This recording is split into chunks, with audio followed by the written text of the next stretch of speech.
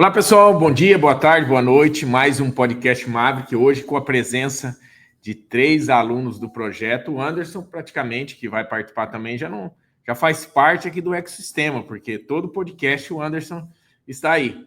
E hoje, junto com o Anderson, está participando também a Veridiana, e pela primeira vez, a Veridiana acho que é a segunda vez, e a Milene, pela primeira vez, participando do podcast Maverick. E o tema de hoje: estratégias para registro de preço, 1 ano de vendas em uma licitação. Deixa eu chamá-los aqui. Pessoal, se vocês não seguem as nossas mídias sociais, eu estava até hoje conversando com o pessoal que cuida do marketing nosso aqui, o Vinícius. Nós tivemos aquele problema de hacker e os algoritmos demoram um pouco mais a voltar ao normal, Então, peço que vocês compartilhem, nos ajudem a divulgar o canal, que a gente precisa de vocês também. Assim como vocês podem ter conteúdos que ajudam no seu dia a dia, trabalhando vendendo para o governo através da consultoria, ou até mesmo empresários que querem vender para o governo, a gente compartilha todo esse conteúdo, ensinando na prática mesmo. Então, se você puder compartilhar o nosso conteúdo, eu agradeço. Deixa eu chamar aqui o Anderson, a Milene e a Veridiana. O Anderson eu vou pedir para apresentar, Anderson, porque sempre é bom se apresentar, né? Mas o Anderson, a maioria aqui já conhece o trabalho do Anderson. A Veridiana também, e a Milene. Deixa eu chamar um a um aqui. Bem-vindo, Anderson. Bem-vindo. Bom dia. Está me ouvindo bem? Bem-vindo, Milena, pela primeira vez aqui. Bom dia. Bom dia a todos. Pessoal, Bom dia. Áudio, quem está nos acompanhando aqui, deixa eu só... Áudio ok, imagem, tudo ok, pessoal? Se tiver tudo ok, Anderson, você se apresenta. Então, bom dia, meu nome é Anderson. A Milena e depois a Veridiana. Consultor de licitações, atuando aí em múltiplos segmentos, em especial segmento de engenharia, controle de pragas, equipamento de academia, serviço de arbitragem. Tudo, né? De tudo, né? Tudo, quase tudo, né? De tudo um pouco, né? A base é sempre a mesma, o que muda vai aí as documentações específicas, né, para cada segmento de mercado. É isso. Meninas, com vocês. Uma de cada vez. Bom dia, pessoal. Em primeiro lugar, eu quero agradecer a Deus pela oportunidade, agradecer também ao professor Éder pelo convite e aos meus colegas aqui. Muito obrigada. Meu nome é Veridiana, sou consultora em licitações públicas, já estou nesse mercado aí há 2 anos, como consultora e também como empresária licitante. E é isso. Opa, doutor. Veridiana, você hoje está residindo onde mesmo? Eu me lembro que você comentou na última live que nós fizemos, mas não me lembro. É no Fortaleza, não? Ceará? Não, eu estava no Maranhão, em Altamira do Maranhão, mas resolvi mudar para Goiânia por conta que também sou empresária, né? E por aqui ficou melhor para mim participar das licitações. E a Milene? Milene, se você quiser depois mexer aqui no nome, deixar o arroba do seu Instagram e também o seu nome depois, tá? Mas se apresente para o pessoal. A Milene pela primeira vez aparecendo aqui no nosso podcast. Então, muito prazer, meu nome é Milene. Eu sou consultora em licitações há algum tempo. Antes disso, eu era pregoeira, agente de contratação, atuei também como leiloeira, diretora de departamento de licitações. Sou advogada e estou atuando nesse ramo aí, auxiliando as empresas para ajudar elas a melhorar nas participações, aumentar o faturamento delas. E eu sou do estado do Paraná. Do sudoeste do Paraná. A Milene eu acompanhei, eu tenho acompanhado um pouco, ela tem postado bastante no Instagram dela, pelo menos, não sei se é bastante, mas chega para mim bastante postagem tua e cada vez melhor. É isso que a gente sempre fala no projeto, tem que dar a cara a tapa. Eu vi um post do Instagram falando sobre o Nelson Williams, né? E sobre o dono da Avan, mostrando a cara dos dois e falando assim, ó, esses deram a cara para a empresa virar o que é a potência que é hoje. A Avan, depois que o velho da Avan começou a aparecer, cresceu muito mais. E o Nelson Williams também, aquele escritor, aquele advogado que fica às vezes que não aparece, deu a cara e hoje, além de já era muito grande, hoje está maior ainda. Anderson, sobre o tema de hoje, estratégias para registro de preço, 1 ano de vendas em uma licitação. É uma pergunta comum que chega direto para a gente, como diferenciar o que é um registro de preço de uma aquisição, como diferenciar no edital se é um registro de preço ou uma licitação tradicional. As pessoas não sabem fazer essa distinção e acabam cometendo falhas, né? Tá mudo, Anderson. Agora vai. Então, em geral, quando trata-se de um registro de preço, né, o próprio objeto já diz que vai ser uma aquisição eventual, né, ou uma solicitação eventual. Então, ela pode acontecer ou não. Inclusive porque o registro de preço, o órgão não tem obrigatoriedade nenhuma naquele período de vigência de solicitar sequer uma unidade daquele objeto, né? E isso é o que acaba, às vezes, afastando muito dos empresários. Embora, o que tem que ser entendido aqui é que qualquer processo licitatório tem um custo para a administração.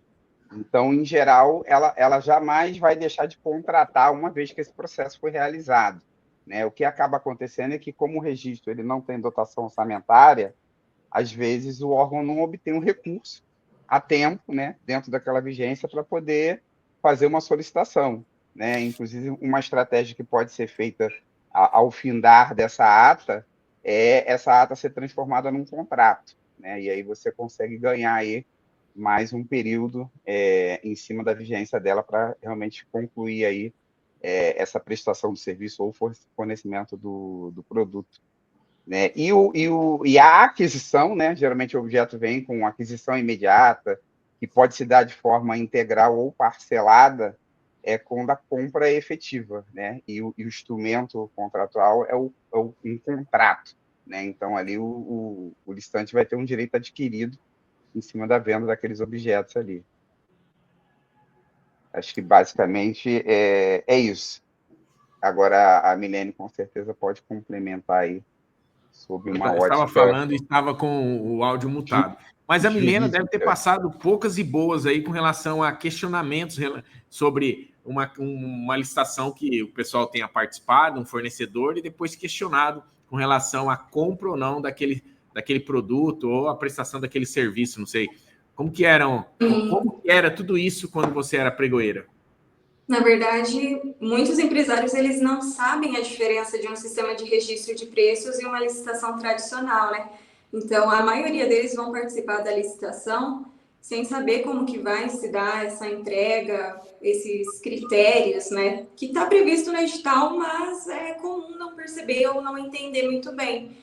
E aí precificam considerando uma entrega imediata e depois não dão conta de cumprir a ata de registro de preços, porque daí na hora não precificaram da forma que deviam, considerando, né, todos esses critérios do registro de preços, que a entrega seria parcelada, futura e eventual, então pode ser que o órgão também não peça a totalidade, né? Então, tudo isso o empresário tem que estar se programando para fazer a entrega dele de acordo com essas solicitações do órgão. E o que acontecia? As empresas viam lá uma determinada quantidade, um determinado valor, participavam da licitação com base naquele valor, como se fosse fazer aquela entrega da totalidade em pouco tempo. E isso prejudicava demais o lucro. E Veridiana, como que você explica isso para os seus clientes? Porque eu entendo, hoje, antes de iniciar a live aqui, eu tinha acabado de negociar com o cliente para a gente atuar, ele fez o pagamento agora, num pregão pontual. Mas é um registro de preço também. E a visão deles é diferente, eles acham que venceu e que vai entregar tudo aquilo ali e vai receber. Como que você orienta seu cliente? Primeiro, ele tem que pensar que registro de preço, geralmente a entrega é 1 ano, né? Então, ele tem que fazer uma boa precificação, não pensando que ele já vai entregar de forma imediata, né? Existem oscilações de preço, a depender do produto ou do tipo de serviço. Então, ele tem sempre que formular o preço dele um pouco acima, né? Para que ele não venha ter prejuízo. E pode ser que, de repente, o órgão nem peça tudo, né? Porque geralmente ele não pede tudo. Então, ele tem que sempre colocar um preço um pouco acima para que ele não venha ficar no prejuízo, né? Olha, eu lembro assim, a orientação que eu sempre passo para os meus clientes, tá? Se é uma aquisição que vai ser comprada, que ele não é um registro de preço, você pode reduzir um pouco mais, porque será pedido. Será pedido e às vezes pede tudo de uma vez só, tá? Agora, quando é registro de preço, a gente tem que entender que registrou 1.000 copos desse. Às vezes o empresário ele faz conta para entregar 200, 300 copos e aí ele tem lucro. Mas se o órgão pedir um só, às vezes o frete não paga o custo do copo. Não compensa. Então, isso tem que estar muito claro na cabeça do empresário, do consultor, que é o caso nosso, mas também do empresário, para ele ter lucro, porque se o empresário tem lucro, a gente ganha. Se ele não tem lucro, além dele não ter o lucro, ele vai questionar os pagamentos que faz para a gente, porque ele não está tendo resultado com isso, né? Exatamente isso mesmo. Eu acho que esse é o princípio básico. E se a empresa não concordar com alguma questão que pode ser feito a respeito disso, o que pode ser feito? Com relação ao registro que ela participou, ao contrato que ela vai assinar? Na verdade, assim, né? Para todos os momentos ali da participação da licitação, a empresa vai ter algum instrumento, alguma ação que ela pode estar fazendo. Então, se às vezes ela viu um edital e acha que está equivocado aquilo, seja porque o prazo de entrega está muito curto, porque o valor não condiz com o preço de mercado, ou então ali a forma que está aquela entrega também sendo um registro de preços, né? Não está condizente, que acontece também às vezes de verificar um edital e tá como aquisição, não está prevendo que vai ser um registro de preços, mas você vai olhar lá no fornecimento como que vai se dar e o órgão coloca que vai ser parcelado. E aí, você já vê que, na verdade, não vai ser uma entrega imediata, né? Então, tem vários instrumentos, seja a impugnação, pode fazer um pedido de esclarecimento se tem dúvidas, pode impugnar o edital, tem os recursos, as representações junto aos tribunais de contas e até mesmo um mandado de segurança, que daí já seria na via judicial, né? Então, o que não falta são meios para a gente estar atuando e tentando corrigir essas situações para dar amparo para as empresas.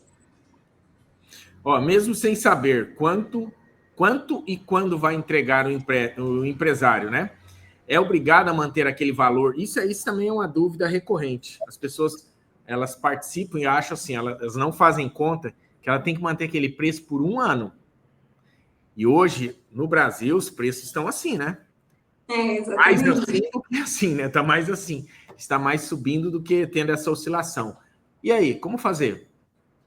Na verdade, é como você disse. Para o registro de preços, o empresário, quando vai fazer aquela cotação inicial dele para participar da licitação, ele já tem que levar em conta que é para 12 meses e que pode ser que ele não entregue tudo. E vai ter essas variações. Então, o ideal é sempre ele levar em conta isso na hora de precificar, ter ali alguma margem para essas variações, mas nem todos os editais prevêem, é sempre bom estar dando uma olhada no edital, na previsão dele, mas a lei prevê sim a possibilidade da gente estar fazendo um pedido de reequilíbrio econômico-financeiro. E isso é uma coisa que muitas empresas não sabem. Elas não têm conhecimento a respeito dos pedidos de reequilíbrio. E isso salva muito, porque se tem uma oscilação muito grande no valor de mercado, às vezes pode ficar inviável para continuar registrado o preço naquele valor da licitação.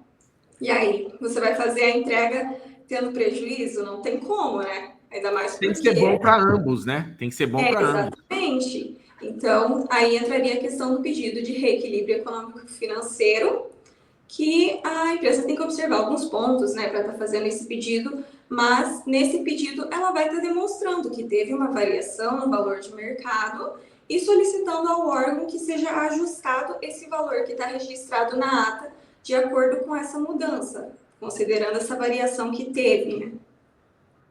Sim. Agora eu quero fazer uma pergunta para a Veridiana. Qual a importância, Veridiana, da gestão das atas e de um bom relacionamento com fiscais de contratos para uma boa prestação do objeto contratado? Então, a empresa que participa do sistema de registro de preços, ela tem que desenvolver um bom relacionamento com o órgão, ou seja, ela tem que desenvolver uma excelência na questão da gestão dos contratos, né? Tem que assinou a ata, assinou o contrato, ela já tem que ligar para verificar se vai ter o pedido de serviço ou de produto, né? Saber se vai ter pedido naquele mês. Assim que ela assinar a ata, ela também já tem que solicitar um cronograma desses pedidos, né? Quando o empresário ele não faz isso, ou seja, quem não é visto não é lembrado, né? Quando ele não liga, quando ele não entra em contato, muitas vezes ele é esquecido. E aí, quando o empresário ele é esquecido, ele não vai conseguir executar aí o contrato, né? E não adianta, muitas vezes, ele querer bater de frente com o órgão, às vezes ele não concorda lá com o pessoal lá que trabalha, mas, assim, infelizmente, esse pessoal lá, ele não tá para ser um amigo, ele tá ali para trabalhar, ele é um servidor, né? E muitas vezes esse servidor, ele é a ponte entre o empresário e o órgão. Então, você precisa você não pode criar uma barreira relacional, porque você vai criar uma barreira profissional, né? Então, eu acho que, resumidamente, a importância é você ligar para o órgão, né? Assinou o contrato, assinou a ata, já liga, pergunta se tem demanda, qual é o cronograma, né? Depois também, quando você fazer a entrega, você liga novamente para saber se recebeu, como que tá. Então, eu acho que é basicamente isso, você ter um bom relacionamento. Ô, Veridiana, eu sempre procurei ter um bom relacionamento, principalmente antes, durante e depois do processo. Por quê? Eu me lembro assim, ó, depois que eu aprendi isso, por que depois que eu aprendi eu não tinha problemas no recebimento mais? Porque eu acompanhava todo o processo. Eu tiro todas as dúvidas que eu tenho antes da fase de lances, durante a fase de lances e o processo. Se eu tiver dúvidas, eu questiono também. E após ter assinado uma ata, um contrato, eu procuro ter esse relacionamento, porque se tem algum problema que eu cometi, ele tem o meu acesso muito rápido para entrar em contato, e isso acontecia e acontece, para resolver. Senão, você imagina, a Veridiana fala com a Milena, que é pregoeira, direto. Oi, Milena, eu preciso tirar essa dúvida, isso e aquilo, vou participar dessa disputa. Participou, olha, Milena, foi assim, assada. Se a Milena tiver algum problema no processo da Veridiana, ela vai lembrar da Veridiana. Ela vai falar, Veridiana, eu tenho até o telefone dela aqui, deixa eu perguntar para ela. Agora, se o Anderson está participando do mesmo processo e nunca ligou, eu vi isso acontecer. O processo vai ficar parado ali até a hora que o Anderson se manifestar. Porque se o Anderson não se manifestar, é muito difícil, o órgão tem tanta coisa. Eu visitei vários órgãos públicos que eu vendia. Eu me lembro muito da Secretaria de Saúde de Pernambuco, enorme, enorme.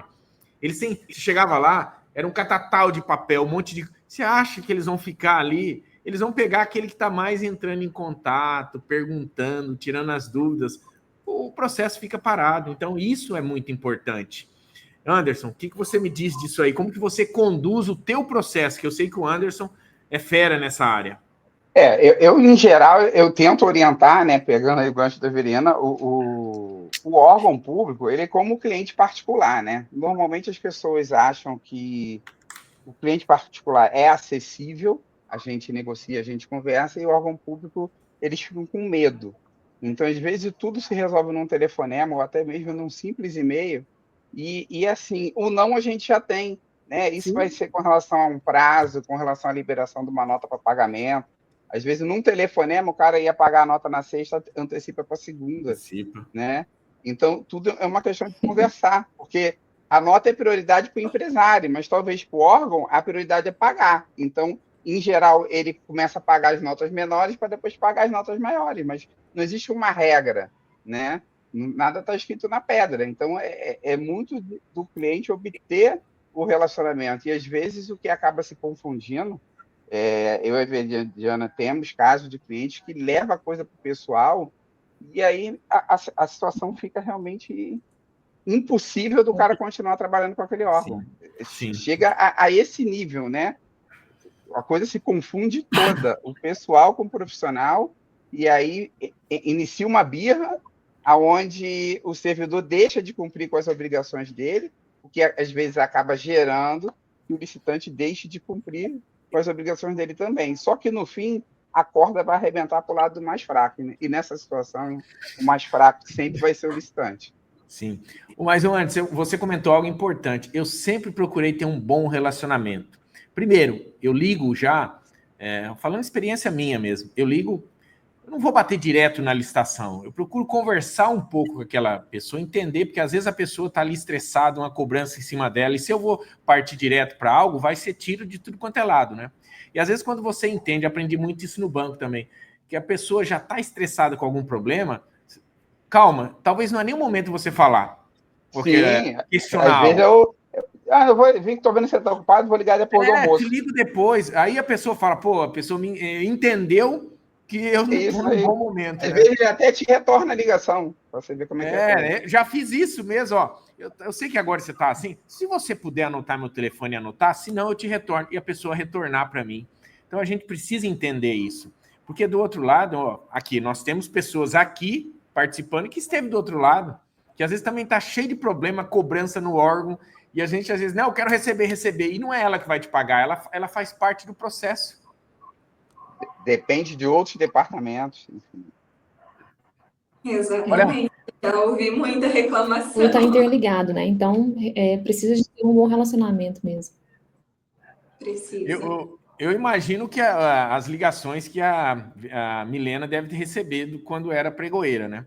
Mas, Milena, olha só essa situação do Joedilson aqui. O Joedilson de Brasília, gente boa demais também, Joedilson. Estivemos juntos lá, acho que uma vez só. Há situações em que o órgão só pede quase no final do vencimento da ata, quando os preços já sofreram muitos aumentos. Mas deixa eu comentar só isso antes de passar para você. Eu tinha um processo, um processo para entregar uma prefeitura do norte do Paraná.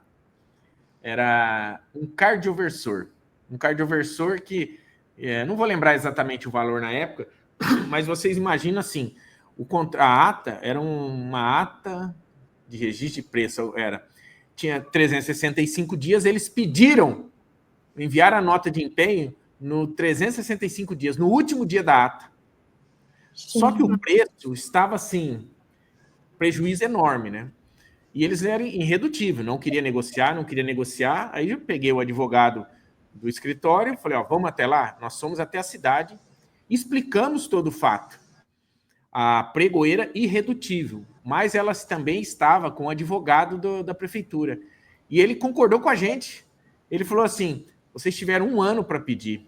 E eu apresentei todos os números com os valores que estavam muito acima e realmente foi aceito e a gente não precisou entregar. Mas eu precisei deslocar até a prefeitura, conversar, para não ter esse problema, porque se não entregasse, se eu não entregasse, eu não ia ter prejuízo, mas eu ia sofrer uma sanção.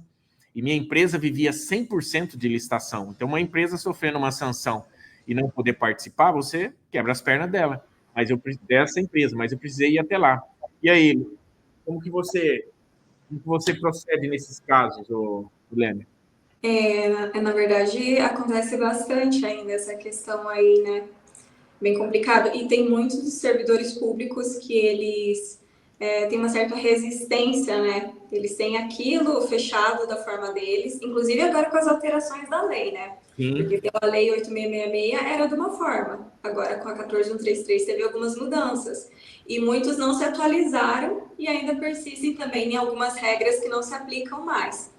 Mas sempre teve muita resistência, especialmente com relação a essa questão do reequilíbrio econômico-financeiro, porque o pessoal não entende. Mesmo os servidores dos órgãos públicos, muitos não têm conhecimento sobre como funciona isso.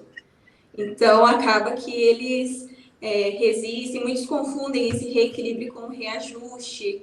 Então, tem muita dificuldade nessa questão. Por isso que é sempre importante ter um suporte, como você fez ali, né? Que você teve o suporte de um advogado que te auxiliou, ajudou nesse momento, porque senão, a depender do órgão que você estiver lidando, realmente pode ser um pouco complicado. Mas não é todos. Tem órgãos que você faz o seu pedido, sim, sem problemas. O que é o ideal? Você está com uma ata de registro de preços, faça uma gestão dela.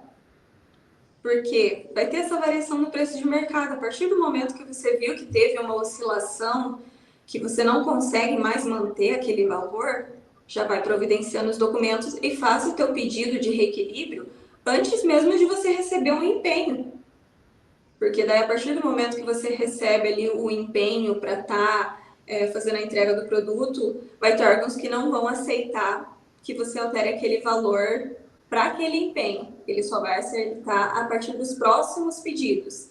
Então, é sempre bom que você tenha esse cuidado com as suas atas que você está registrada. Tenta sempre fazer esse pedido quando você verificou que teve uma variação muito grande. Então, daí você providencia os documentos para poder estar fazendo essa solicitação junto ao órgão, explicando para ele, justificando certinho, né, que teve essa mudança no valor, para daí, nos pedidos seguintes, daí você já está recebendo com o valor correto, ajustado. Exatamente.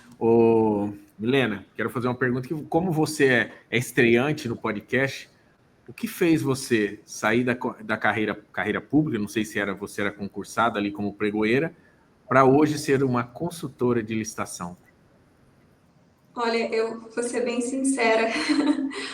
Uma das coisas que mais me doía sendo pregoeira era ver os erros das empresas. Então, assim, era diariamente e muitas vezes eu tive que, assim, eu vou ser bem sincera, né? De você ver que ali a pessoa tá na boa fé e tá cometendo um erro tão bobo de você pegar e falar, dá uma chance para ela e para ela tentar se corrigir. Mas, via de regra, não é isso que acontece. Nem todos os pregoeiros vão ter essa compreensão, né? Essa empatia com o lado da empresa. 90% é. Você sabe bem. Se não sabe, o problema é teu. Então, assim, na minha carreira pública, eu trabalhava das 7h30 da manhã até as 7 da noite, todos os dias. E não é só 6 horas? Não é só 6 horas? Entra ao meio-dia? Como que é?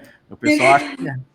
Deveria ser, mas era muito serviço, muito mesmo. E como eu acumulava funções, né? Eu era diretora do departamento de licitações, eu era pregoeira, eu era agente de contratação, eu era leiloeira, eu era tudo praticamente no setor, né? Então, assim, para dar conta de tudo, acabava tendo que fazer uns extras, não tinha jeito, né? Eu quebrava aquela fama do servidor público, tá? Fala que servidor público não trabalha, eu quebrava essa fama. Mas é isso, assim, e vendo esses erros das empresas, eu vi que eu, como pregoeira, não teria como ajudar. Eu já estava tendo um desgaste muito grande ali, né? Então, eu me interessei muito pela área da consultoria. Eu vi que com a consultoria eu teria uma grande área para estar atuando, e com todo o conhecimento que eu tinha, eu vi que eu poderia estar ajudando essas empresas de verdade, sabe? E, querendo ou não, eu tive o privilégio de estar do outro lado e aprender com os erros dos outros, né? Então, eu aprendi com os erros das outras empresas. Eu vou até te cortar aqui, já falei várias vezes, que contratar um consultor que já esteve do outro lado é o melhor dos mundos, porque ele sabe tudo que acontece por trás e pode ajudar aquele empresário a não cometer falhas para ser prejudicado num processo desse. Eu estava conversando até ontem com o Marcos aqui, nós estamos com um cliente que ele participa de processos milionários e praticamente ganha todos. E nós combinamos uma comissão com esse cliente de 0,75%, limitada a 50 mil, com o pagamento da comissão em 4 parcelas. Aí eu estava ainda questionando, falei, a gente precisa de mais clientes assim. Por quê? Todos os pregões que a gente entra, as chances reais de arrematar é absurda. E quando você arremata, você vem uma comissão muito boa. Só que por que eu cheguei nesse ponto? Porque eu falei assim, você imagina, o cliente tem preço, ele tem documentação em partes, só que se a gente falha uma vírgula no processo, a gente perde, às vezes, 50 mil reais, 30 mil reais, e isso não pode acontecer. Então, o papel nosso como consultor, aí eu falo que sempre tem que ter um revisando, viu, Milene, Veridiana, o Anderson, e para nós aqui, toda vez que acontece alguma falha que eu vou verificar, alguém não revisou o processo. Então, o papel do consultor é isso, é fazer a parte dele. Quando você sozinho, recomendo que você tenha outra pessoa para dar uma olhada, ou senão você confira o processo no outro dia, com a cabeça fria. Porque às vezes olhar, não, conferir, tá tudo certo, vai conferir de novo, sua cabeça está quente, você já viu aquilo ali, não vai adiantar. Mas isso é um conselho que eu dou, porque para nós aqui funciona muito bem. O que mais? Vamos lá, vamos ver o que tem aqui de perguntas. Vamos ver eu coloquei do seu Wilson. Pergunta, como orientar o cliente para prever a variação do seu custo durante a duração da ata e ainda ser competitivo?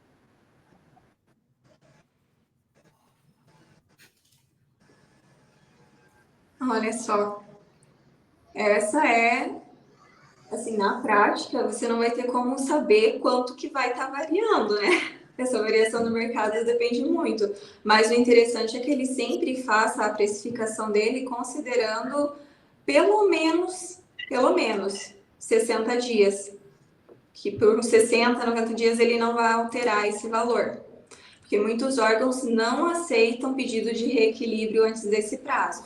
Sim. Muitos não aceitam. Seria um prazo assim, muito curto. Então, o ideal é ele tentar precificar, que ele consiga manter por pelo menos esse período esse valor, sem ter que estar alterando. Tem que ter uma margem maior, não vai ser a mesma margem que você vai estar colocando numa licitação tradicional, porque justamente vai ter essa questão, né? Então, ele deixa uma margem um pouquinho maior, viu que teve a variação, faz o pedido de reequilíbrio. Para quem entende, para quem sabe fazer o pedido de reequilíbrio, acaba sendo uma coisa bem prática. Assim, para quem vai estar fazendo pela primeira vez, né, iniciando, sim, pode ser um pouquinho mais complicado, mas é sempre bom que ele esteja acompanhando certinho essa questão dos valores dele e teve uma variação, vai lá e faz o pedido, para não estar levando prejuízo. O empresário deve ficar atento à cláusula de reajuste, reequilíbrio de sua ata, que, segundo a NLA, é após 12 meses do orçamento estimado. Reajuste e equilíbrio são coisas diferentes. 12 complementando, meses após. Opa, desculpa, pode falar. A gente pensa em ata, tá? E aí o empresário precisa entender também que ele está registrando, ele não está registrando uma unidade de produto, né? Normalmente essas vendas são vendas em quantitativos a nível atacado. Então, é impossível ele ter uma expectativa de performar com a mesma margem do primeiro mês no 12º mês, né? O que tem que ser entendido aqui é que lucro é lucro. O cálculo tem que ser para obter lucro. Se ele fez um cálculo onde ele entende, e aí é o empresário quem entende o mercado dele, ele entende que o produto ou o serviço que ele executa sofre variações semestrais, então ele tem que fazer a precificação dele majorando esses valores, né? Ele sabe que daqui a 12 meses aquele mesmo custo dele lá no mês 1 já não é o mesmo, e que ele vai executar com uma margem de lucro menor. Mas o que tem que ser entendido aqui é que lucro é lucro. O que não pode é ele botar um valor no primeiro mês e achar que daqui a 12 meses ele vai estar tendo a mesma margem de lucro, né? O governo paga bem, as oportunidades são, muitas das vezes, milionárias, mas não tem fórmula mágica aqui. Não é uma máquina de fazer dinheiro. Você trabalha, você entrega o produto e você recebe dentro daquilo que é justo, para ambos os lados. Exatamente. A Milena estava respondendo aqui o Joedilson. Que daí ele mencionou ali a questão do após os 12 meses do orçamento estimado que teria essa alteração. Essa alteração que ele está mencionando, que seria após os 12 meses, seria o reajuste, que daí ele seria pelo índice. Quando vocês forem olhar lá nos editais, eles vão ter essa previsão de que após 12 meses vai ter um reajuste, seja pelo índice INPC, IPCA. Cada edital, daí cada órgão tem a sua previsão, né? Mas o reequilíbrio é diferente. Ele não é essa questão dos 12 meses ali do índice.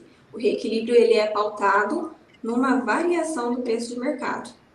Então, se teve uma variação ali no valor do mercado, que você consiga comprovar para o órgão, você vai estar mostrando ali, olha, na época em que foi feita a licitação, que foi registrado esses preços na ata, os custos com esse produto, eles eram tanto. Devido a essa variação aqui de mercado, teve um aumento de tanto por cento nos custos. Então, você tem que demonstrar isso para o órgão e, com base nessa variação do valor de mercado que teve, que ele vai estar te concedendo esse reequilíbrio. Agora, o reajuste, realmente, ele é a cada 12 meses, inclusive, nas atas de registro de preço, agora são previstos os reajustes também, porque a Lei 14.133 trouxe a possibilidade de prorrogação do prazo da ata de registro de preços, né? Então, estaria aplicando também o reajuste a elas agora. Não sei se consegui esclarecer bem a dúvida. Com certeza. Olha só, continuando aqui, ó. Pessoal, não sei se entendi bem. Após a assinatura da ata, é válido ligar para o órgão e pedir uma previsão de solicitação do produto? Eu fiz isso algumas vezes, tá? Eu fiz isso algumas vezes. É muito bom para o empresário estar se organizando, né? Porque às vezes você vê ali que está um registro de preços, mas você não tem ideia de quanto que ele vai pedir. Eu já orientei vários clientes a fazerem isso, sendo bem sincera. Falei para ele, olha, dá uma ligada lá no órgão, agora que você assinou a ata, e veja com eles o que eles precisam, assim, até por urgência, às vezes, né? Até pela questão da boa relação que a Veridiana comentou. Se às vezes eles precisam de algum produto com urgência, antes mesmo deles pedirem, você já vai providenciando ali, né, se organizando, não que você já tenha que ter o produto antes do pedido, mas já vai se organizando para conseguir entregar para eles com agilidade, você já vai tendo uma boa relação graças a isso, né? E também tem órgãos que são mais acessíveis e eles vão te falar mais a respeito de como que eles pretendem fazer essas aquisições no decorrer do ano. Isso te ajuda muito a se organizar, muito mesmo. É muito bom estar fazendo esse contato e tendo essa boa relação que a Veridiana comentou. Sim. Essa pergunta para o Anderson. Como funciona essa questão que o Anderson comentou, que após o final da ata, ela pode ser transformada em contrato? Não é que ela pode, tá? Você, quando analisa o edital, tá? Você vai verificar que alguns dos documentos, né? Você tem lá edital, termo de referência, ETP, enfim, podem ter outras peças. E, normalmente, quando o registro de preço pode ser contratualizado, você também vai ter uma minuta do contrato. Você tem a minuta da ata e você tem a minuta do contrato, tá? Embora às vezes seja um pouco de cola, é importante nesse momento, ainda na fase de cadastro de proposta, você pedir um esclarecimento se de fato aquela ata vai permitir uma contratualização. O que significa isso? Inclusive, uma estratégia que eu já executei com alguns clientes no segmento de prestação de serviço, tá? Muitos órgãos não fazem um contrato com a empresa porque desconfio da qualidade do serviço que vai ser prestado. Então, o que eu recomendo? Vai lá, se apresenta, conversa, executa 3 meses de serviço, conversa com o fiscal, está tudo ok? Então, agora é o momento da gente contratualizar. Isso vai gerar uma garantia para a empresa e para o órgão. E aí resolve o problema de todo mundo. O que às vezes acontece é que o órgão não quer fazer contrato. E aí, até porque quando ele gera o contrato, ele tem que ter a dotação orçamentária. Então, aquele dinheiro já está destinado para te pagar. E aí ele vai empurrando empenho, vai tirando empenho a empenho, que também não tem problema nenhum. E aí você, como uma oportunidade de multiplicar esse negócio, quando você estiver lá no seu 9º mês, 10º mês, você retoma a conversa tentando transformar aquela ata em contrato. Sim. E aí existe uma discussão, né? Quando eu faço o contrato é só do saldo, zera o saldo, até onde eu sei, não existe uma legislação que diga que não pode, mas também não tem nenhuma legislação que diga que pode.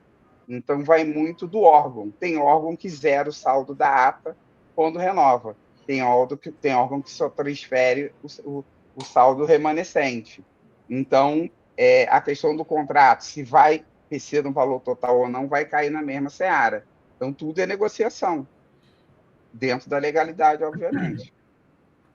Pessoal, a gente já está partindo aqui para o final da live, até porque eu tenho uma viagem longa agora de 700 e poucos quilômetros de carro.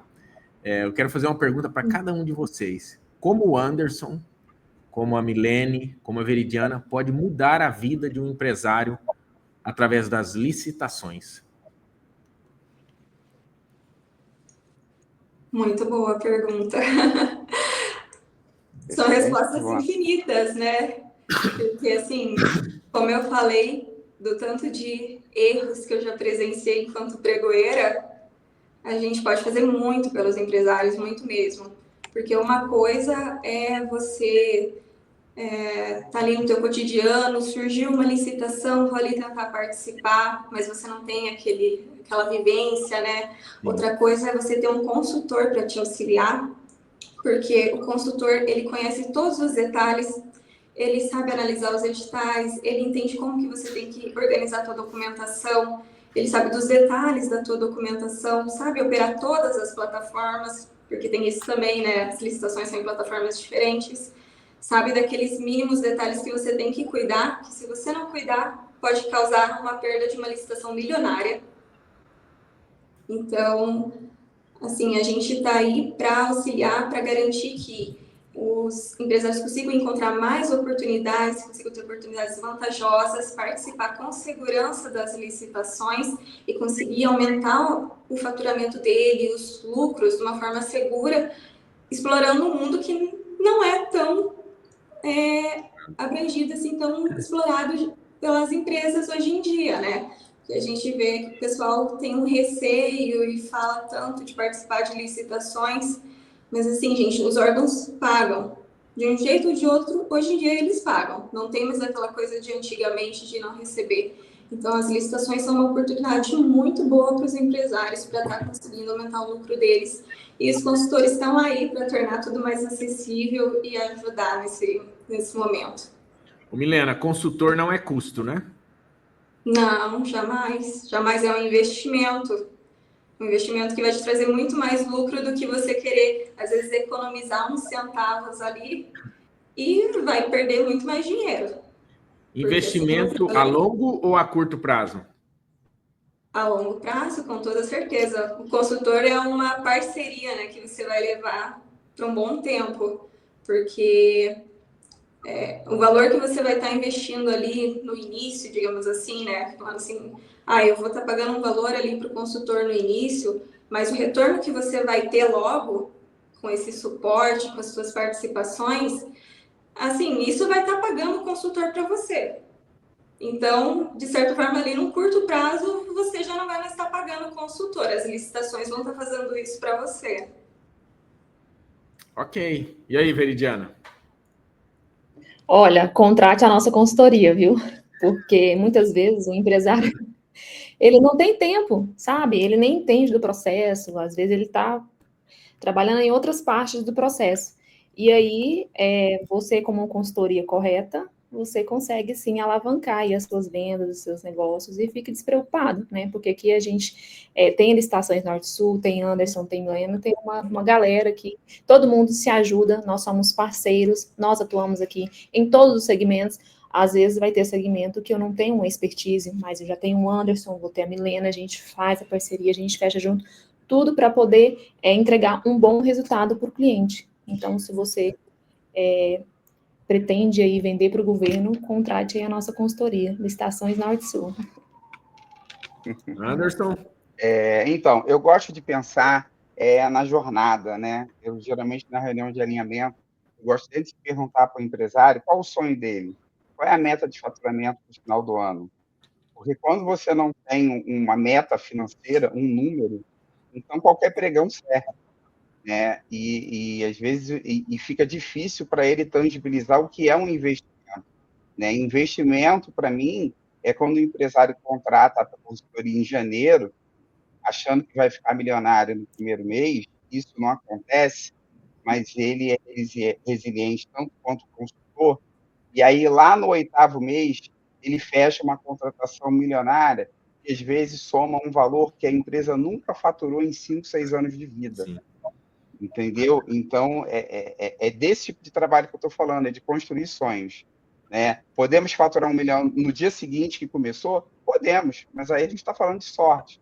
A gente não está falando de um trabalho, porque ninguém desenvolve um trabalho em 24 horas em uma semana, né? Isso vai depender de diversos alinhamentos entre a consultoria, entre a empresa, que começa a ter que se adequar a alguns processos, com relação a cumprir prazo, com relação a organizar a documentação, com relação a manter imposto em dia, com relação a manter contabilidade em dia.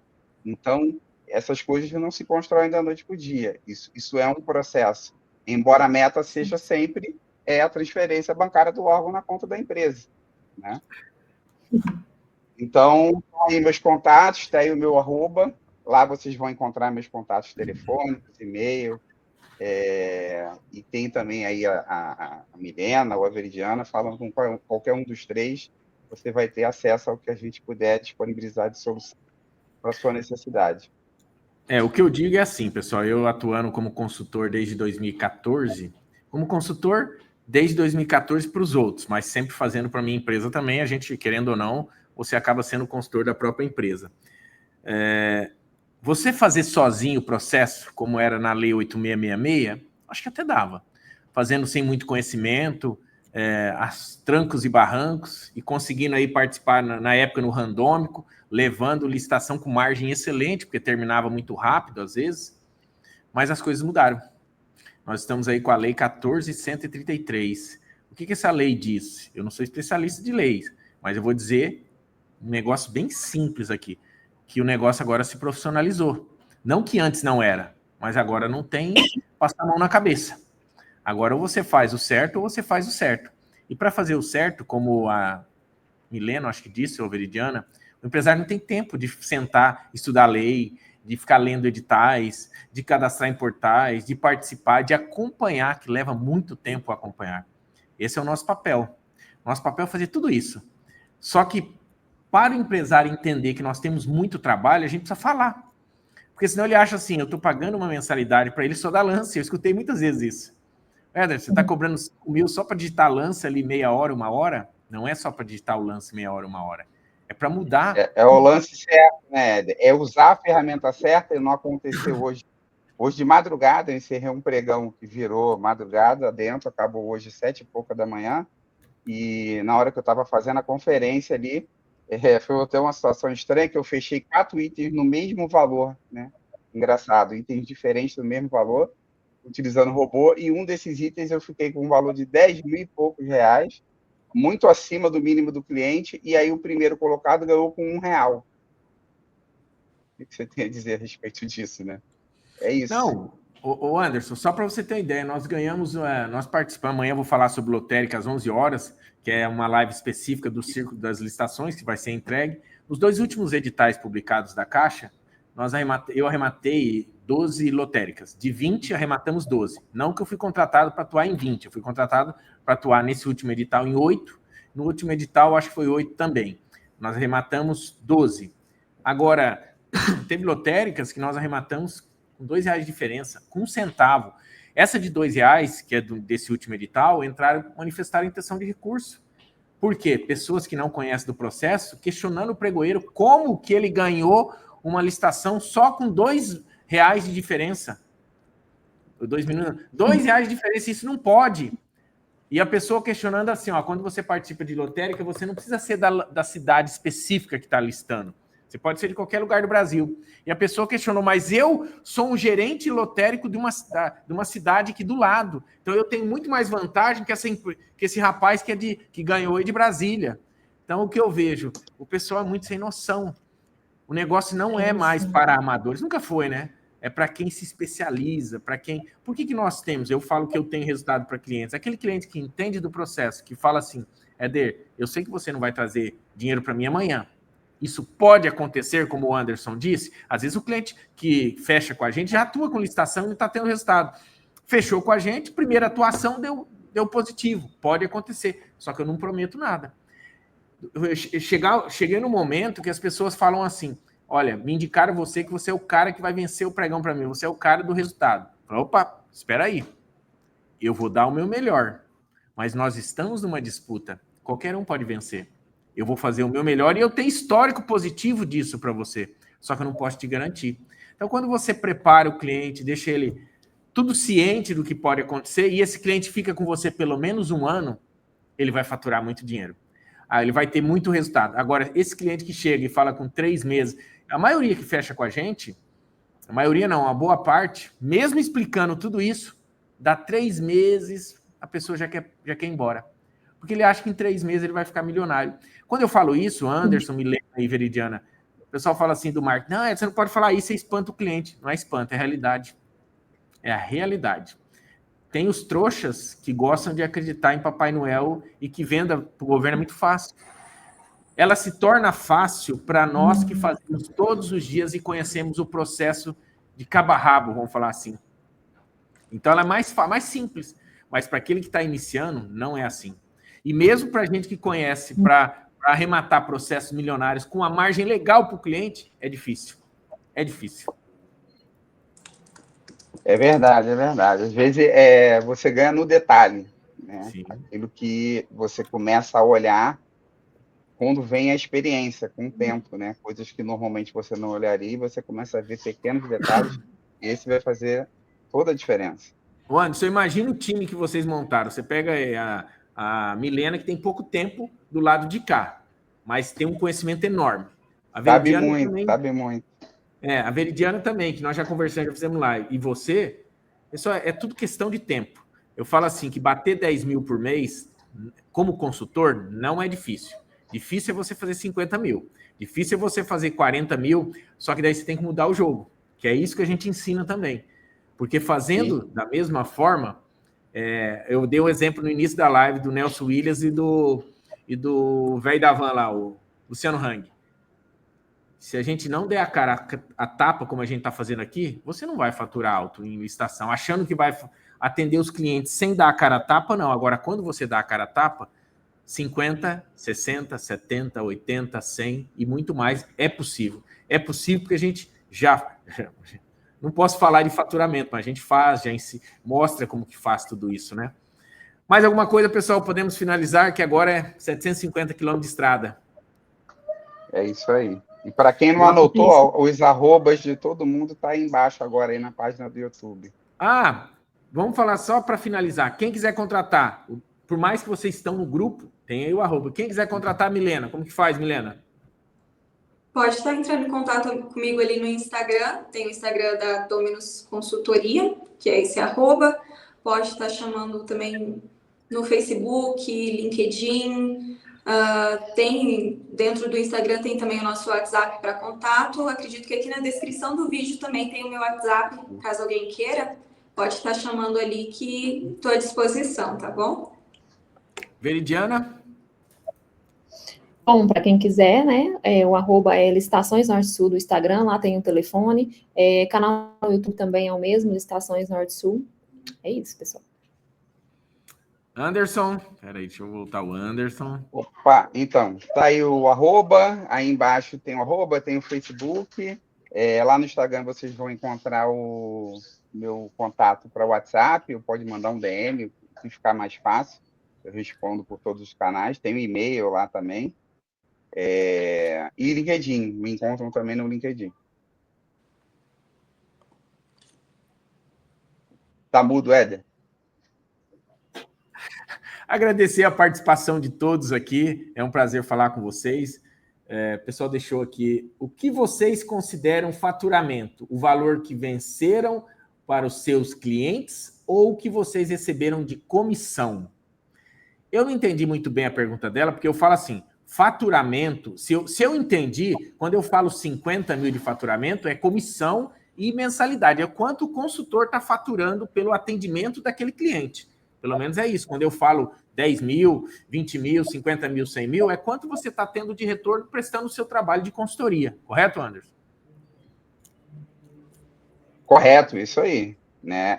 O faturamento da empresa, muitas das vezes, não está só direcionado para licitações. Né? A licitação ela é um canal de vendas da empresa. Tá? Embora existam empresas que nascem estrategicamente somente para fornecer para o governo. Então, aí sim a gente estaria falando no faturamento que é 100% pagamento de órgão público. Mas, em geral, as empresas vêm do mercado privado, onde elas já têm o seu faturamento tradicional, e aí criam um canal de vendas para o governo que vai agregar ali no somatório. Mas esses valores menores que o Éder está comentando, isso diz respeito a faturamento mensal, né, de um consultor. Né? Trabalhando como consultor, você pode atingir faturamentos que vão aí dos seus 5 mil iniciais, podendo chegar ao céu é o limite. Inclusive, você se transformando de consultor para fornecedor. Né?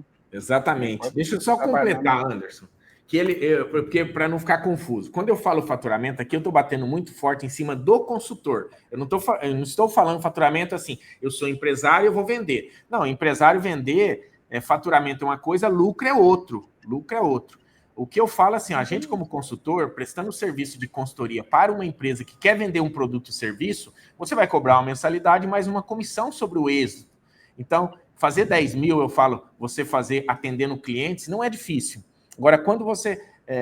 eu vejo que as pessoas se espantam quando a gente fala 100 mil, porque fala 100 mil de comissão não, recebendo como consultor, é possível, é viável. Só que para isso você precisa montar toda uma estrutura para isso acontecer.